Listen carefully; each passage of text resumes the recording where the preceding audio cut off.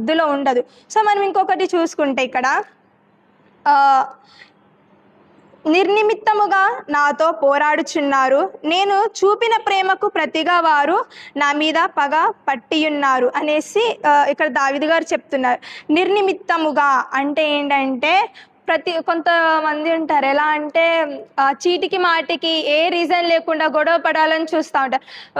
వాళ్ళ mental health ఎలా, వాళ్ళ మెంటల్ స్టేటస్ ఎలా ఉంటుంది అంటే ఒకరితోటి గొడవ పడకపోతే వాళ్ళకి రోజే గడవదు అన్నట్లు అట్లా సంథింగ్ ఉంటారు. కానీ మనం దేవుణ్ణి సేవించేవారంగా అలా ఉండదు. ఒకవేళ మనం అలాగా ఒకవేళ మనలో ఎవరైనా అలాగా చీటికి మాటికి గొడవ పడడం కానీ పక్కన వారితోటి ఏదో ఒక మాటలు అనడం లాంటివి చేస్తే మనం ఇంకా మన భక్తిలో ఒక్క మెట్టు కూడా ఇంకా ఎక్కనట్లే. ఎందుకంటే ఇది ఒక చిన్న సిల్లీ రీజన్స్ కదా.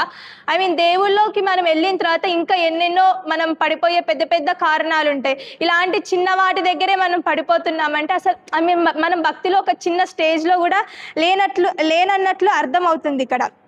నెక్స్ట్ ఇంకో చూసుకుంటే, నేను చూపిన ప్రేమకు ప్రతిగా వారు నా మీద పగపట్టి ఉన్నారు.